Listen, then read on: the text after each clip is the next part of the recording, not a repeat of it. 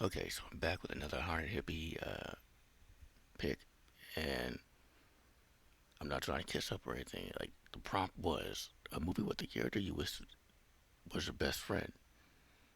It's no secret that Haunted Hippie Colorado is in this movie, and she plays the Dollar Stoner girl, who's funny. That's literally her. Like, I've watched a lot of her streams. It's good vibes. Thought it would be an easy choice. I kept hearing, like, she is the best part of the movie, or she's that girl. Like, yeah. At the same time, the character sucks. She's not a good person. And the movie I'm talking about, by the way, is Morgan Killer Doll, which might be the most recent and probably would be the most recent movie I do on this list. I hadn't seen it. Yeah, it came out this year, and I didn't know the music was by Harry Manfredini, which would explain how I kind of got him to do music for her short film that she's working on. They probably made it that way. Anyway, but yeah, I hadn't seen this. This was a perfect opportunity to watch it, and if anyone had to be my best friend, it wouldn't be Haunted Hippie, not in this movie. Started out cool, but showed her true colors. Originally, it would be character Darcy, played by Bix Krieger, which is an awesome name. But then they sort of messed that up, and I'll explain why. And so it wound up being not Sarah Kamon or Kamen. That's Kyle, who was the best friend, and she came in clutch at the end. Like, no, it was Selby Writer's Astrid. We have a great deal. Who is Kayla Fields? That's bugging me. Since I saw it in the credits, like who? I know that name. I don't know how. The Exorcist with an S. No. Who's killing two cheerleaders? Maybe as Bertrude sounds familiar. I don't know. I'm sorry, the Twister. So she's done a lot of these. But I don't know how I know that name. No idea. Could be from the cheerleader movie. I have no idea. Top Gunner. Oh my goodness. Yes, he's done a lot of these. Anyway, yeah, it would be. Sorry.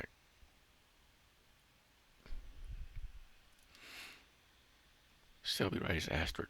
Yeah. First of all, like myself, she has a bit of a limp in her walk. She uses a cane. I usually use crutches. I have a walker. Really briefly, I had a wheelchair, but I gave it away to somebody who actually needed it.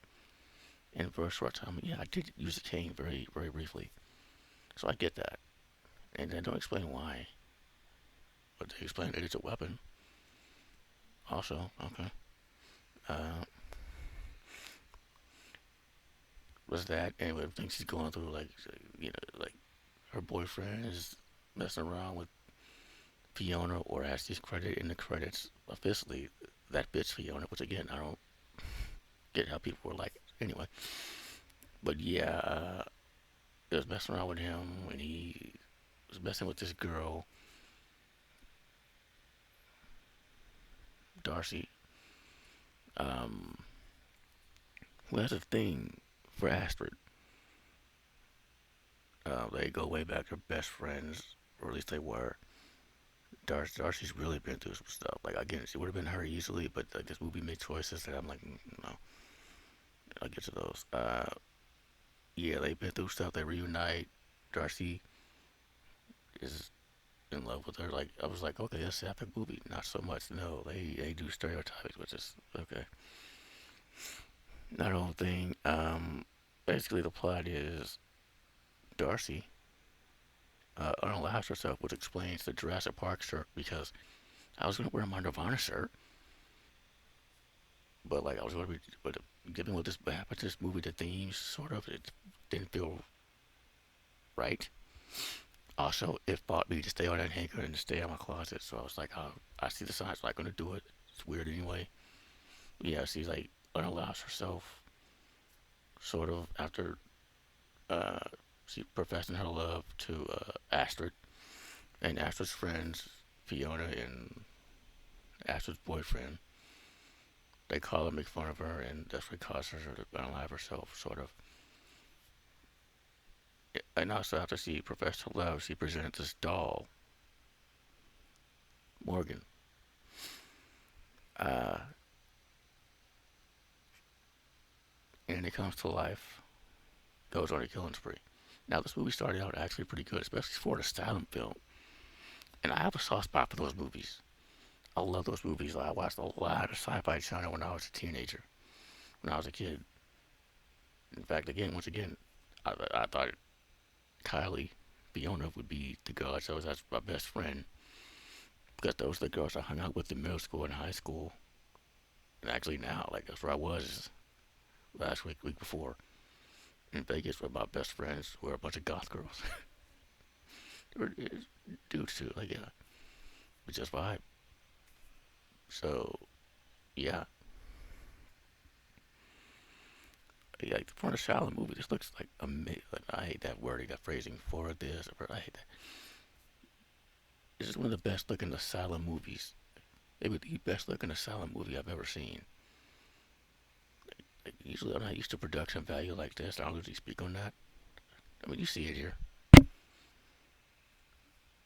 I mean, compared to that to say Sharknado or something like Mega Shark, which I love those movies. But yeah, the like Placid movies they did, the sequels, like this was heads and tails better than that production wise. What I was not expecting. I also wasn't expecting to be acted actually so pretty well. Like usually they're tongue in cheek or something like Sharknado, like where they know that it's a bad movie, or like in Mega Shark where they don't know, but you feel like they do.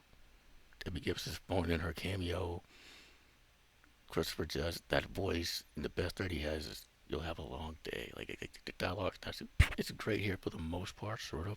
The acting is great here too, especially Morgan, the killer dog, which I'll go get to. Oh, but yeah, and I like the music too. I like that song in the credits, by the way. It has a great soundtrack. Which again, I wasn't expecting from the silent film. I wasn't expecting from the silent film. Uh, is that it for? I mean, for positives, like I started out really liking the character of Darcy. Everything she's going through. The first scene is her hiding in the closet as her father just like beats her mother and presumably murders her. And it got to her in therapy, and it like instantly I liked her. But then they flipped it because it goes to being sort of like May, that movie with Angela Bettis and Anna Faris. Even that movie has a bit of a sort of a sapphic vibe until it doesn't.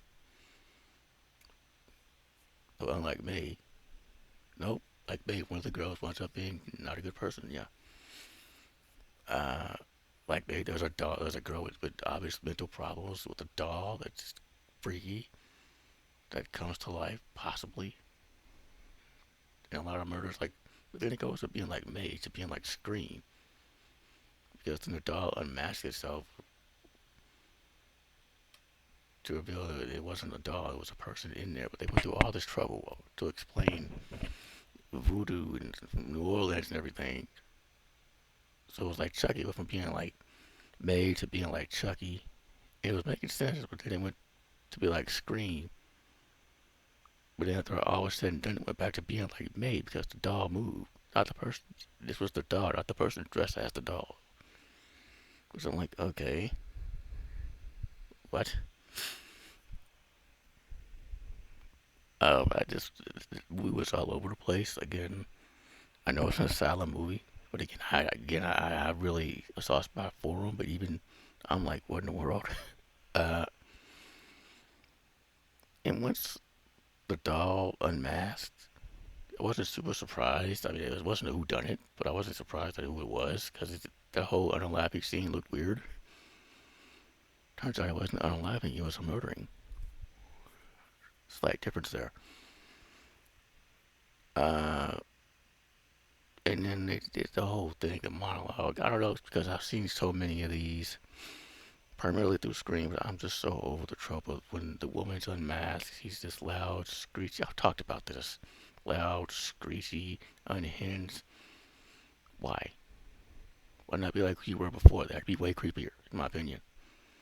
That's why my favorite lady Ghostface is actually from the TV show, from season 3. I mean, she doesn't do all the screechy, loud, whatever. Also, her motive is very simple. She's a sociopath. I mean, no more than that.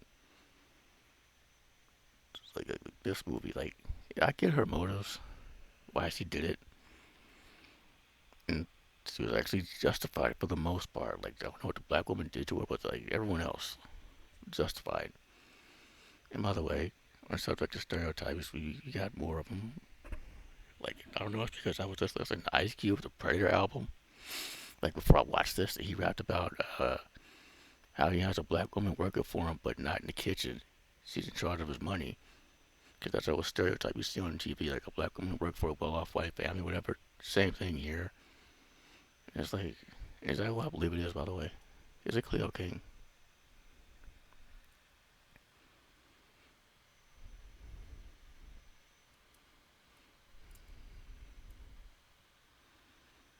No, that's not Cleo King. Okay. But at least they didn't make her like the black Negro like in Chucky. But like still it's a stereotype and then when it's unmasked she becomes the unhinged lesbian. Okay. And at first they're poking fun at it, like when they had Kylie's character,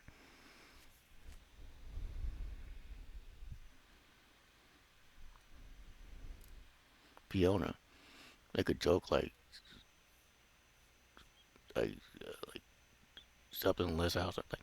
And it's funny because Kylie's openly bisexual. That makes it hilarious. So it's like, are you really about to les out or something like that? It's pretty funny because it was coming from her. But then they go the whole full crazy lesbian deal. He's so obsessed with her. And everything. I like you could have told that story so much better and had them be a thing, or that you didn't have to do the stereotype. Like my goodness, like my goodness. Uh, and then I tuned out honestly after her whole monologue because I'm tired of that. Yes, it was mostly justified, but I didn't care. When I tuned back in, exactly what I thought would happen would happen.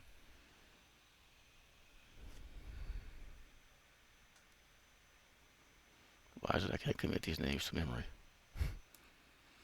Astrid pretended she was into it, yeah, and then she used that to, yeah. I'll admit this, the way the killer went out the second time, the actual time, was actually pretty funny. Like, you don't see that in slashers too much. She just puts the mask on. Goodbye. Man.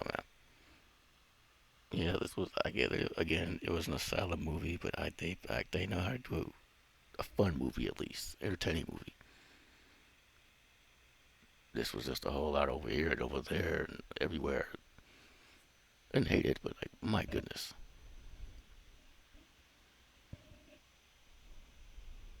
Like, just out of curiosity, since I have it open. I don't usually, but 5 stars, what? Actually, an okay movie. I liked it. Oh, I really liked it. I love the lesbian plots in movies so much. As a lesbian myself, I'm not laughing at them being a lesbian. I would never. I'm laughing at the fact that they love the lesbian plot, which I believe they butchered. But okay, we need more horror movies like this. But the plot seriously was a bit. Okay, that's not a real review. That is not a real review. Stumbling upon the 2025 horror movie Morgan Killer Dog by random chance. Of course, I opted to watch the movie and gave it a fair chance.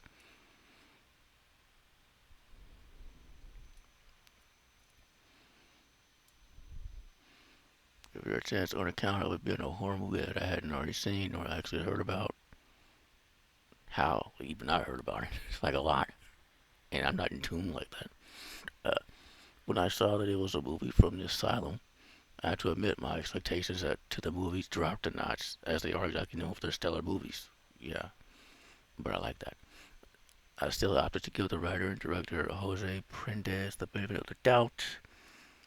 Writer Jose Prendez put together a fair enough script, debatable, uh, though it was a bit generic. It was a lot of things, which is the problem. I will say that much. What doesn't mean that it was a bad movie. Exactly, I agree there. Not at all. I found a nerve in the movie to be entertaining. Yeah, despite it being a bit of formulaic. Yeah, sort of. Of the entire cast ensemble, I was only familiar with Kayla Field. Yeah, I don't know how I know that name, but I do. And Michael Perry. The acting performances of the movie were good. Visually, then, the movie was okay, but nothing outstanding, but really okay.